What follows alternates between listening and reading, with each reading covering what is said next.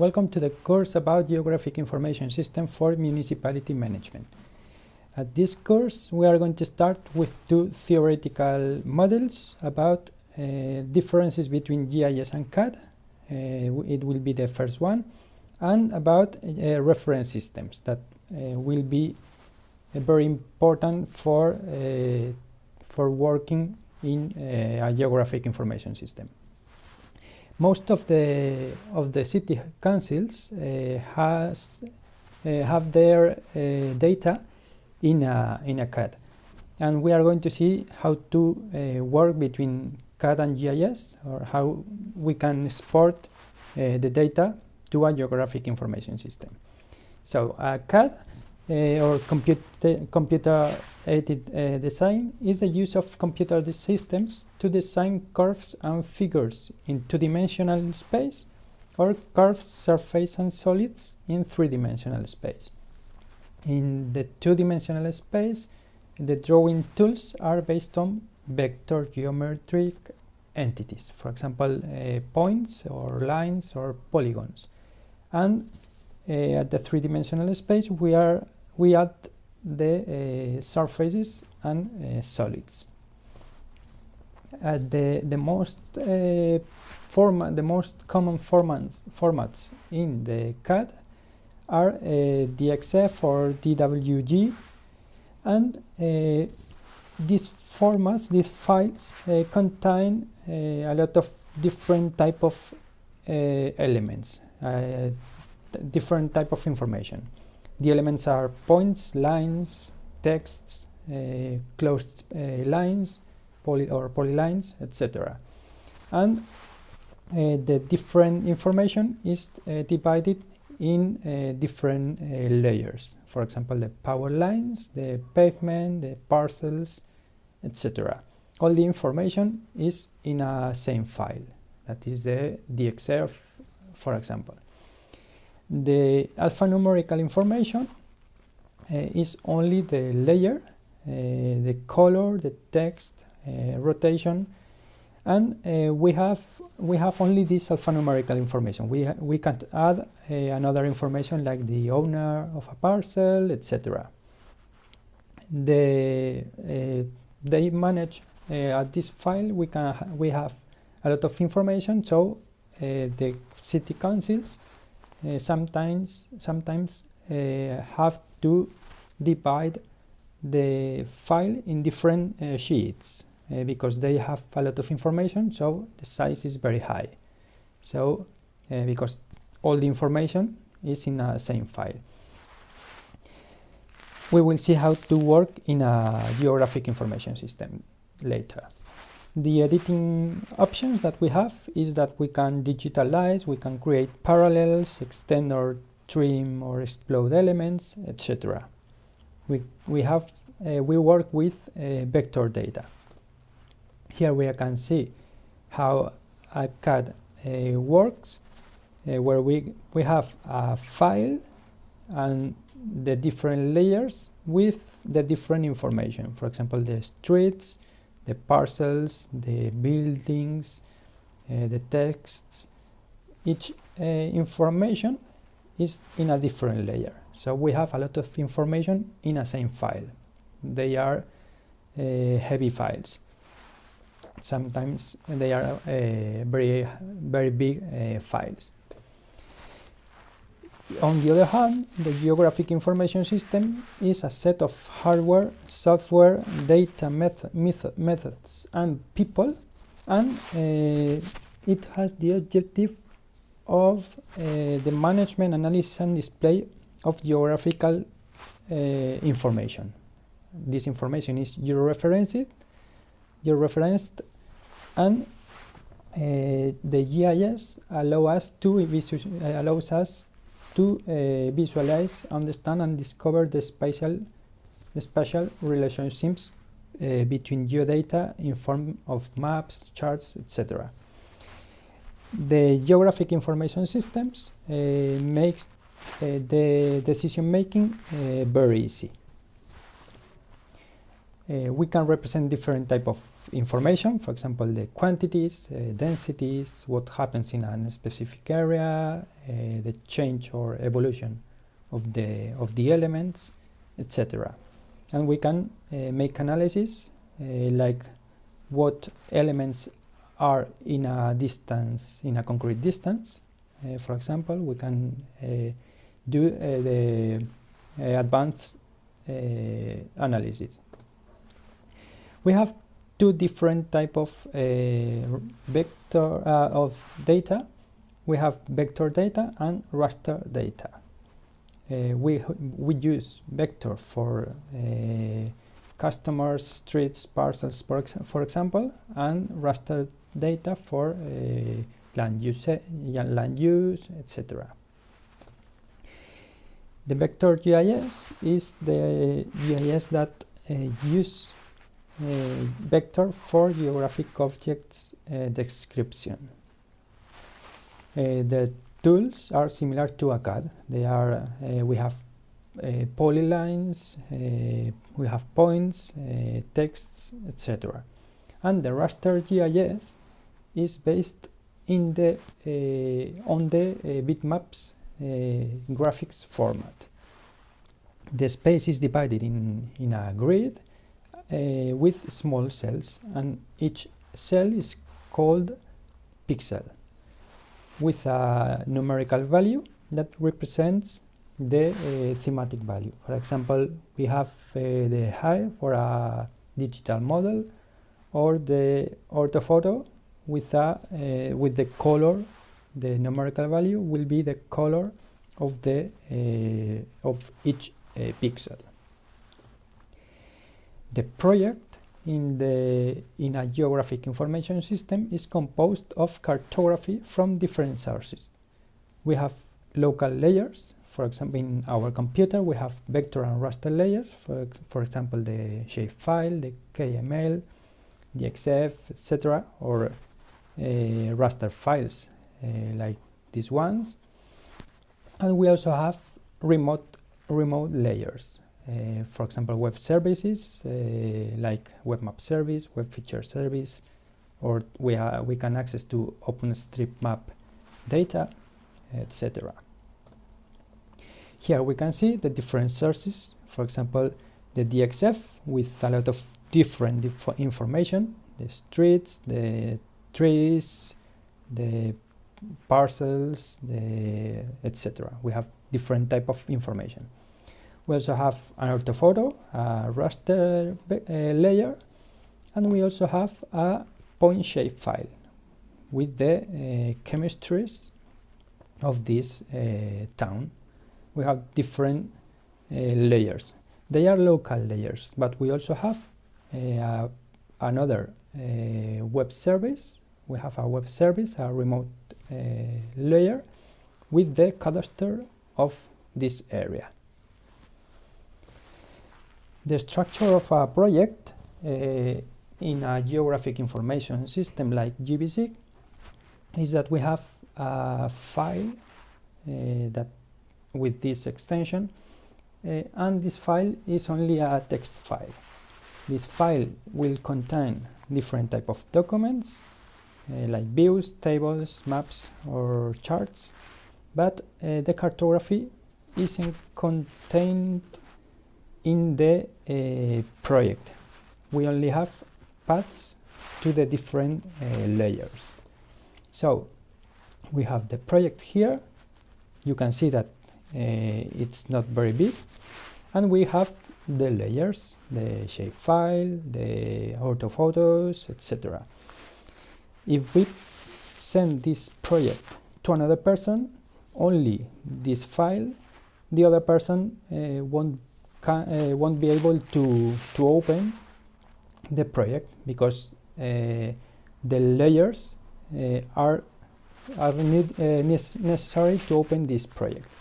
So if we send this folder to the other person, if the other person opens this project in GBC, and this project will contains all these layers, if we send this folder to the other person, he will be able to open the project correctly with all the cartography in the views. The most common vector format for the GIS is the shapefile.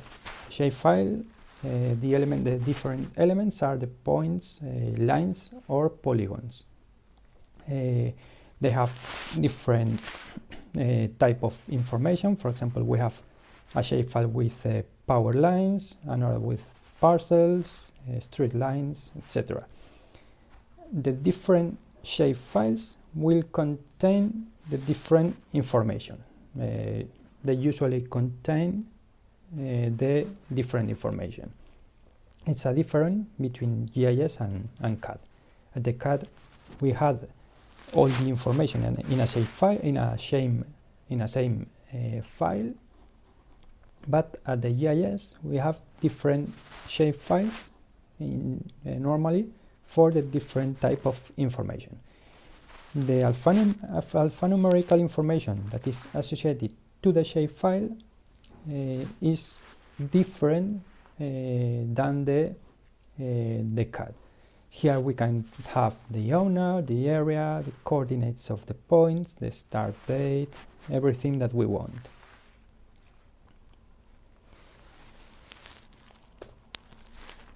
The shapefile is formed by several files. There are three obligatory files that are the shapefile, this one, and the DBF. The DBF is the database that is associated to the shapefile. It will contain the information of the attributes. And we also can have another files. For example, the most important is the PRJ file that will contain the information about the reference system. So from GBC 2.3, if we have a shapefile with a PRJ file with this one, we can load the layer in the correct site. About editing tools, we have different graphical editing options. For example, we can digitalize, we can create parallels, extend, like in the CAD, but we also can edit the alphanumerical information. We can create new fields, we can add information in an automatic way. For example, the area of the polygons or the perimeter, the length of the lines, etc. We also can create a shapefile from derivative geometries. For example, if we have a point layer, we can create automatically a polygon layer with the vertices of a parcel. If we have the vertices of a parcel, we can create the polygon of the parcel. We also have geoprocessing tools like the buffer, intersection, etc. We can create digital models, digital elevation models, etc. Here we can see the information of a DXF file. For example, we only have the entity, the layer, that we have different layers with all the information, the elevation, thickness, text, etc. Only these fields, only this information. But in the shapefile, we will have all the fields that we want. We can have the name of the municipality, the country, the province, the area, all the information that we want for the different elements. It's very important because we can manage this information in an easy way. For example, if we have the polygons that we can see here, we can do a filter. We can select by attribute, for example, depending on a field. We can select where the name is Manhattan, and all the polygons that are Manhattan are selected. So we also can select the elements, the polygons that have an area bigger than 1000 square meters, etc. We can make a sentence here and we can apply this sentence. In addition, the raster GIS, as I told you, the raster model is based on a grid of cells, the pixels. Each pixel has a numerical value that represents the information. For example, the elevation, the temperature, or we can have an orthophoto, an aerial image, etc. We have the information, and each image has a number of columns and rows, and the resolution will be the cell size. So if we have an image with a high cell size, the elements won't be seen correctly. They will be seen different. Here we can see an example. We have the point layer, for example the hotels, and at the raster file we have cells, pixels, and at the vector file we have the points with the coordinates. For the line we have these pixels, for the polygon these ones, and the vector files here. For raster images, we can georeference them, we can create digital models and calculate different parameters. We can vectorize, we can apply color tables, etc. And here we can see an orthophoto and the information of the pixels. We also have GBC is a suite at this moment, has a suite with the different type of products. The main one is GBC Desktop, that is it's the first one. It has more than 10 years, and we can create views. We have tables. We can have editing tools, geoprocessing, web services, etc. Here we can see the different type of documents that we can load. Sorry. We have the views where we have the cartography, the tables that are the attribute tables, the alphanumerical information of the vector layers. We also can create charts with the numerical information of the fields, of the numerical fields, and we can create a map that will be the graphical output with the legend, the north, the scale, images, etc. We also have another product for mobile devices for Android at this moment, that is GBC Mobile. We can capture, we can have data gathering. It's very recommended for inventory, census, inspections, etc. We can edit the different elements. We can create forms, and here we can see the several screenshots. For example, with the different table, the different layers that we can have. We have the view with the elements, the alphanumerical information,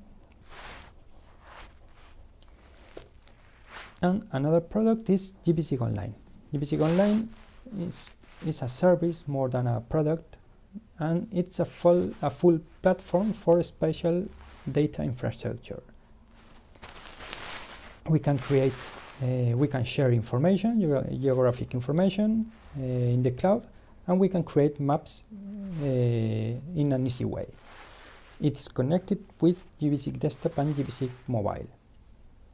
It's very useful for city councils, because they can share the information for the citizens, and they also can manage the information inside the city council. For example, we can create different type of permissions for users or group of users, and we can manage, for example, the license for the buildings, for making buildings, etc.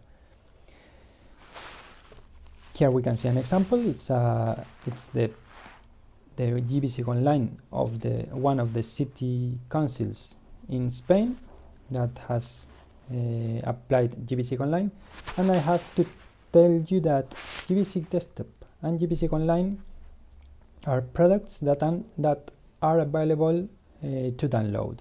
GBC Desktop can be downloaded from the gbc.com website, and GBC Mobile is available for Android from the Play Store. But GBC Online is a service that is offered by the GBC Association. If you are interested in having GBC Online in your city council, you can contact the GBC Association. I will show you the mail address at the last slide. And the other product is GBC Roads. GBC Roads is for management of the roads infrastructure with a special data infrastructure. It includes a mobile application, and we can manage the workflow for the road. For example, we can open the event, then the resolution, and we can generate reports with the economic data. And we also can manage the inventory. Here you can see two screenshots of this application. And if you are interested in contracting the GBC Roads product or service and the GBC Online, you can contact us in this address. And see you in the next module.